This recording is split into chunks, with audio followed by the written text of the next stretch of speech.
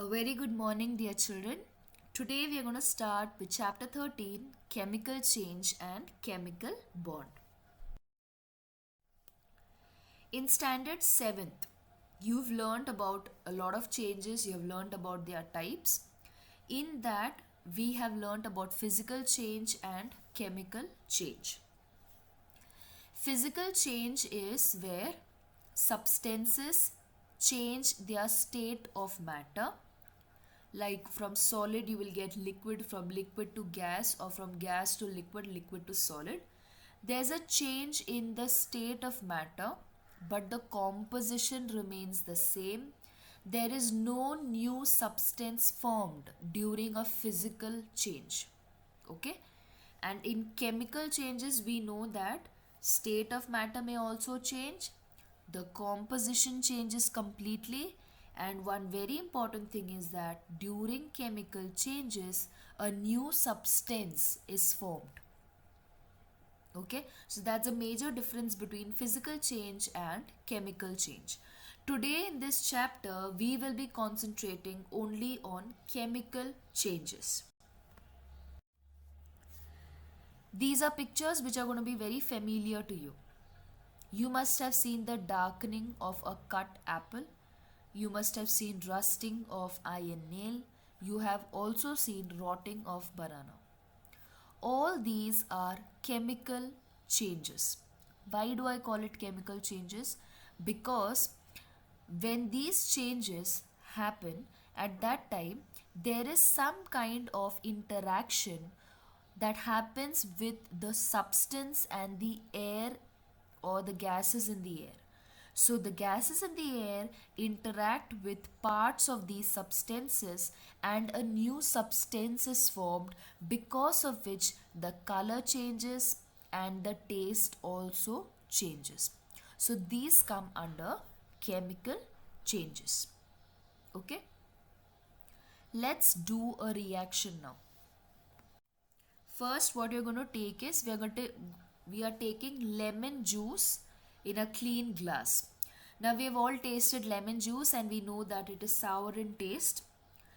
To this lemon juice, we are going to add baking soda.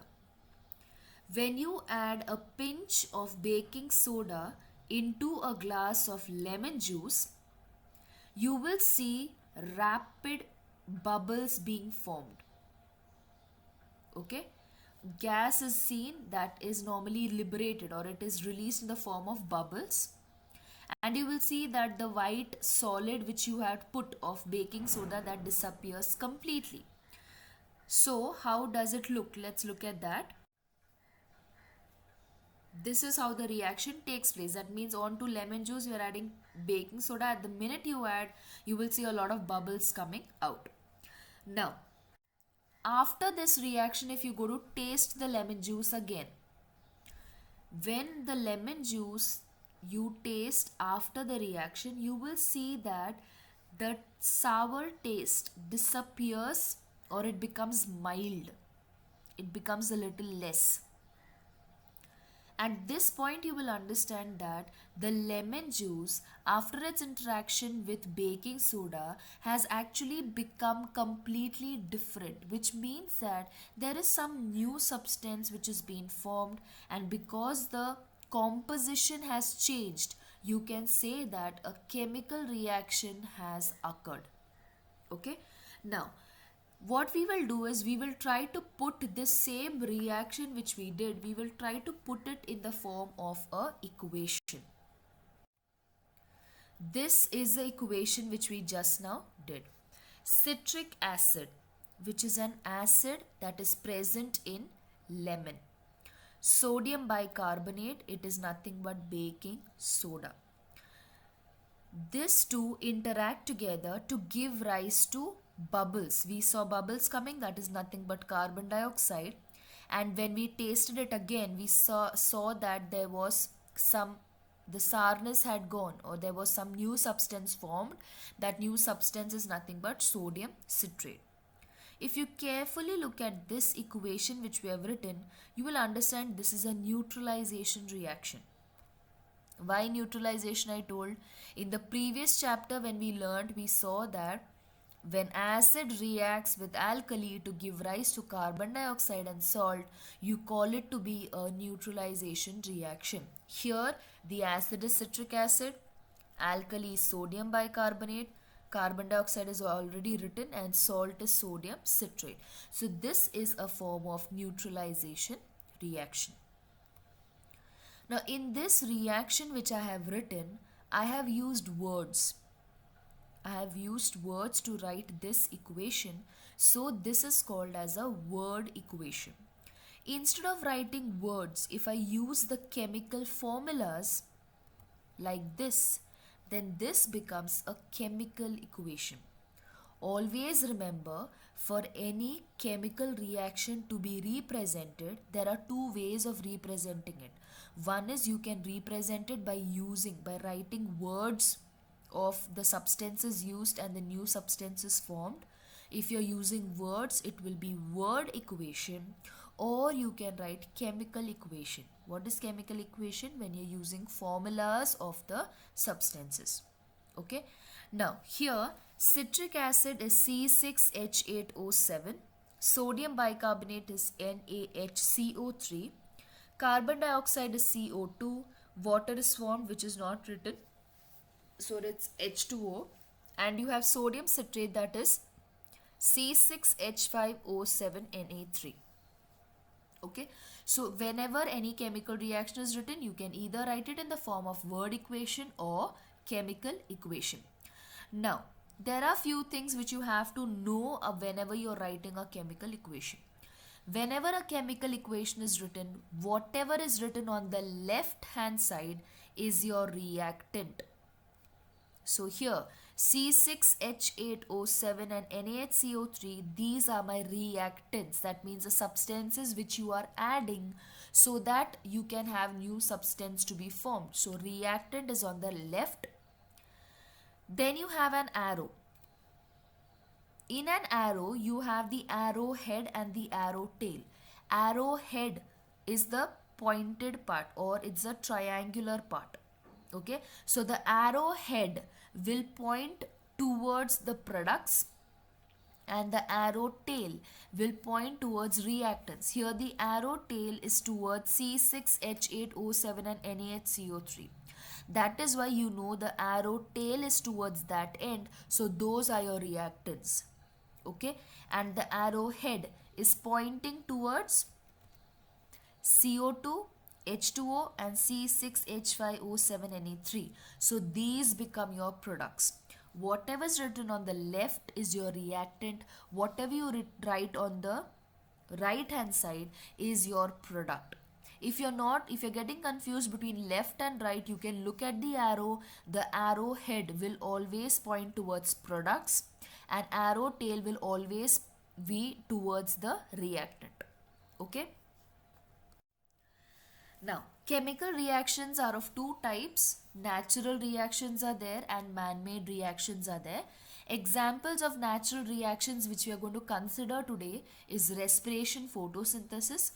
And examples of man-made are combustion of fuel, cleaning the tile with acid and softening of hard water. So we're going to look at these examples, 5 examples today.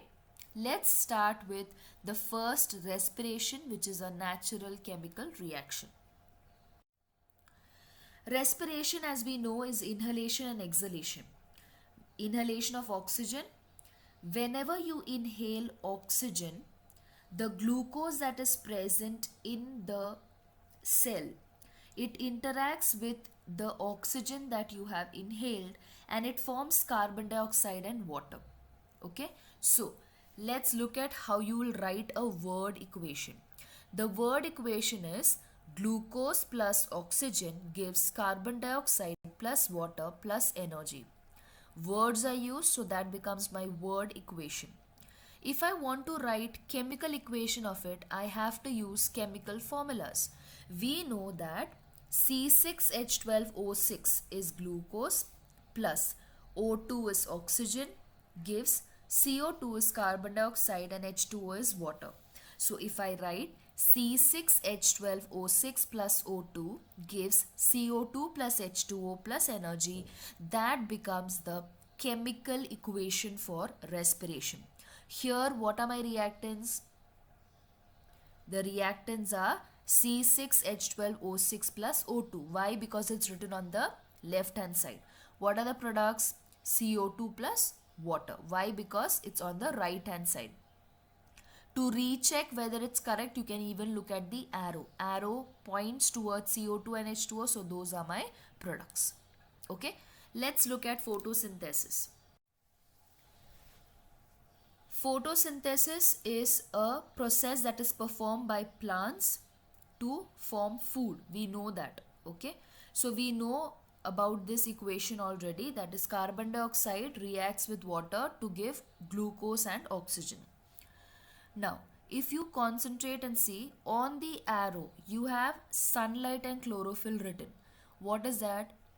Whenever anything is written on the arrow, it means that these are the conditions which are necessary for the reaction to take place. If sunlight is present and with the help of chlorophyll, this reaction is done. If sunlight is absent or chlorophyll is absent, this reaction cannot take place. So whatever is written on the arrow are the conditions which are followed, or the conditions which are necessary for the reaction to take place. Okay, so here what is the word equation? The word equation is carbon dioxide plus water in the presence of sunlight and chlorophyll gives glucose plus oxygen. Okay, and what will be the chemical equation?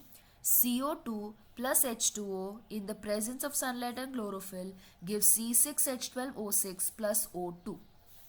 Okay, now here if you see next to O2 or next to oxygen, there's an arrow going upward. What is that indicating? It indicates that the gas, that is oxygen, has got liberated or it has got released from the place where it was formed. Okay, so this we know photosynthesis takes place in the leaf. Okay, that is chlorophyll obviously, but in the leaf it is taking place. So oxygen is getting liberated means oxygen is getting released into the environment. That is the main reason why an arrow pointing upward is shown to tell you that oxygen has got released from there. Okay, now here what are my reactants? Look at the left. My reactants are CO2 and H2O, that is carbon dioxide and water.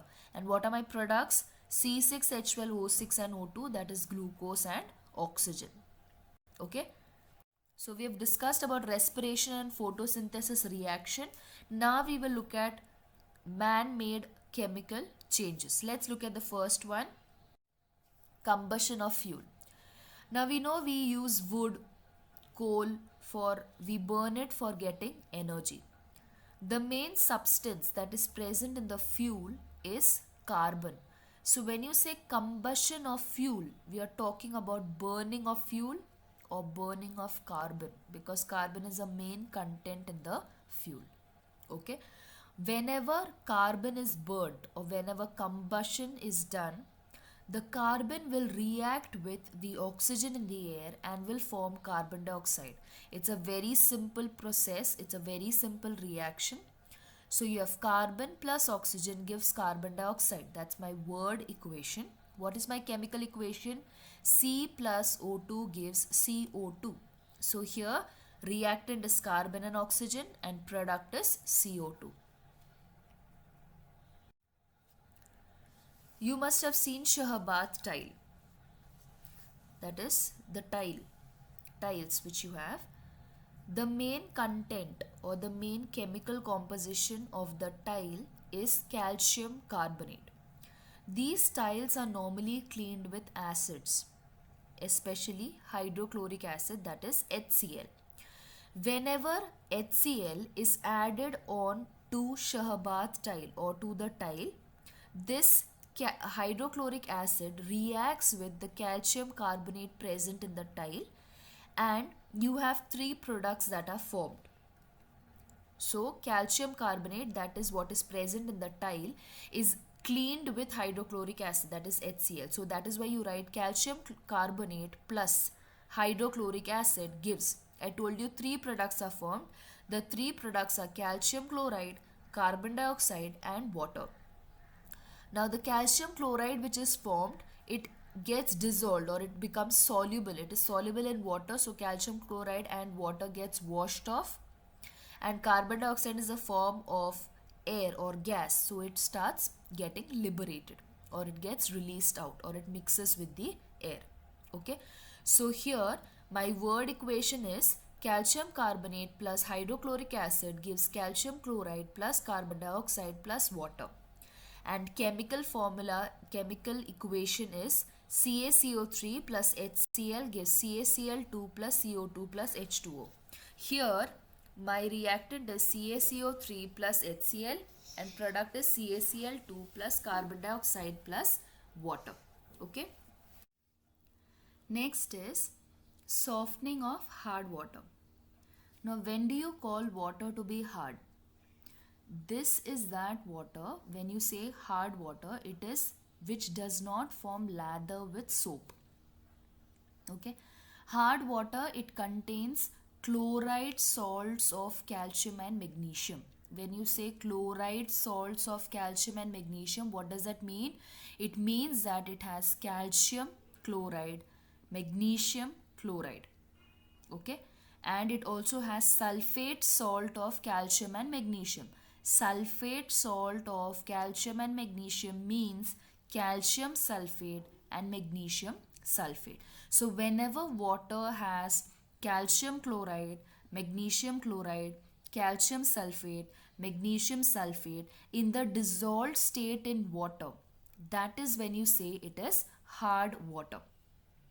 Okay, so whenever you want to soften the hard water, we normally add washing soda into it. Okay, so that is what is shown in this particular reaction. So this is the reaction. The word equation is sodium carbonate plus magnesium chloride gives sodium chloride plus magnesium carbonate. Here sodium carbonate is nothing but washing soda. Okay, next they have written magnesium chloride. Now in this place you have to understand it is not necessary all the time it's going to be magnesium chloride, because I told you hard water can have magnesium chloride, calcium chloride, magnesium sulfate, calcium sulfate. So in place of magnesium chloride you can also have calcium chloride, or you can also have magnesium sulfate, or you can also have calcium sulfate. Okay, so this is just giving you one ion, it is just giving you one dissolved component of the hard water. There can be others in this place also. Okay, so magnesium chloride, or in its place it can be anything that is dissolved in the hard water. When you react washing soda along with this salt, dissolved salt, it will give rise to sodium chloride and magnesium carbonate. Okay, now if you look at the chemical equation, it's written Na2CO3, which is sodium carbonate, plus MgCl2, that is magnesium chloride, gives NaCl, that is sodium chloride, and MgCO3, that is magnesium carbonate. Did you notice something? In the chemical equation you also have some brackets written. In Na2CO3 the brackets is written AQ. AQ stands for aqueous solution. Aqueous solution means that it is dissolved in water. Okay, so Na2CO3 AQ means Na2CO3, that is sodium carbonate, has got dissolved in water. Okay, then it's written MgCl2, again AQ is written, which means it is dissolved. I already told you that hard water has this dissolved in it. So it is AQ, which means that it is dissolved in water. So when Na2CO3 and MgCl2 get dissolved in water, at that time you get NaCl, which is again dissolved, but you get MgCO3, which is S. S means it is solid. Okay, so what is happening when you're reacting or when you're adding washing soda in the hard water? The magnesium is getting removed in the form of a solid. So what happens, it becomes, because it is in the form of solid, you can easily filter it out and remove it out from the water. That is why water becomes soft. and then if you add soap in it, it will form lather. Understood? This is how hard water gets converted into soft water, or that is how softening of hard water is done. Okay? Now, whenever any chemical reaction happens, at that time there are breaking of bonds and forming of new bonds. In whatever chemical reactions that we saw till now, internally there are bonds which are broken and there are new bonds which are formed. The bonds that are formed are of two types, ionic bond and covalent bond. First we will look at ionic bond. Now you all have learned so much about atoms, so much about orbits. You've learned about valency, you've learned about almost everything, electronic configuration, so much you've learned that now looking at it only you must have understood what it is. It is Na, that is sodium. We know the electronic configuration of sodium, that is 281. 2 electrons in the first orbit, 8 electrons in the second orbit, 1 electron in the third orbit. So looking at it, we know first orbit is complete, second orbit is complete, but third orbit is not complete. That is why sodium is not stable. So to become stable, what is the sodium going to do? It is going to remove that one electron from the last orbit. Okay? Let's look at what it's interacting with. Chlorine. So first orbit of chlorine has 2 electrons, second orbit has 8 electrons, third orbit has 7 electrons. So the electronic configuration is 2, 8, 7. Now first orbit is complete, second orbit is complete, third orbit is not complete. It should have 8 electrons actually, but here it is only 7. So chlorine needs 1 electron. Now if you put both of them together, Na wants to give 1 electron, chlorine wants to take 1 electron. That is why sodium is going to be the donator. It is going to donate the 1 electron to chlorine, and chlorine is going to be the acceptor who accepts that 1 electron. So sodium is going to give its electron to chlorine. There, it's given. Now if you see what has happened, sodium has donated 1 electron and it has become Na plus, which means it's become a cation. And chlorine has accepted 1 electron and has become Cl minus. Now what has happened? Na has become a cation and Cl has become an anion. That means there's a plus and there's a minus. We know that plus and minus, they attract one another. That is why what is going to happen, sodium and chlorine are going to form a bond between themselves because of the attraction between the plus and the minus. This bond that is being formed between two ions or between a cation and an anion because of the attraction of a plus and a minus is called as ionic bond. And this compound or this substance which has this ionic bond is called as ionic compound. Okay, so in any chemical reaction, if electrons are donated or if electrons are accepted, the bond formed between them will be an ionic bond. Okay, the bond that is formed during donation and acceptance is called ionic bond. Ionic bond is formed when you have cation attracted to anion.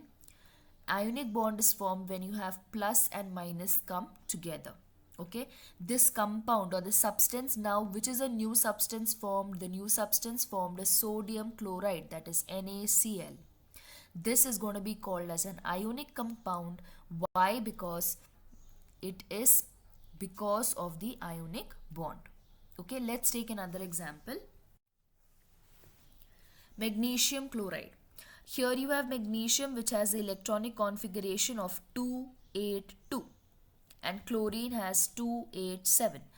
Now magnesium has the first orbit stable, second orbit stable, but third orbit is not stable.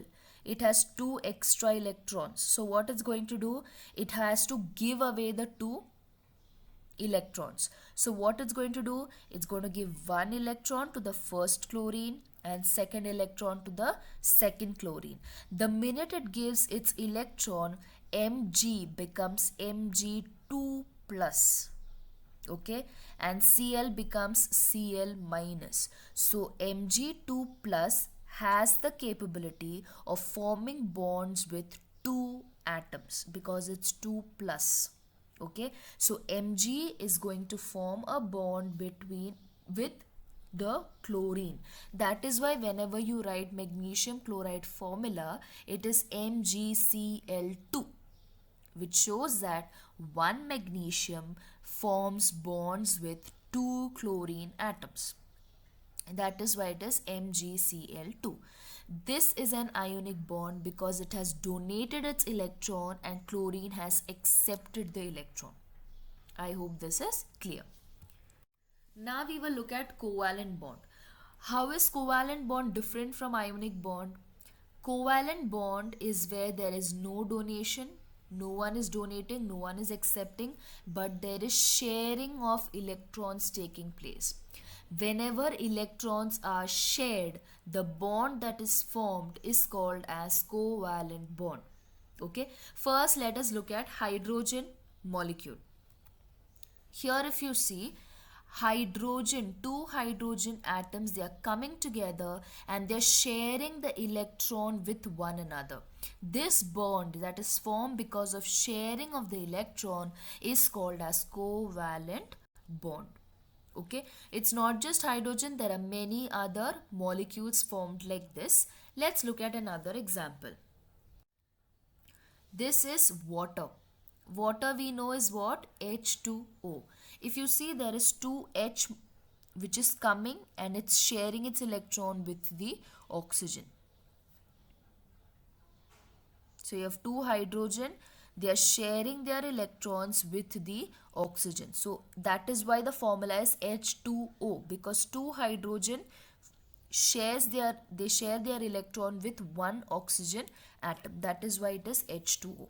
So whenever any chemical bond is formed because of sharing of electrons is called as a covalent bond.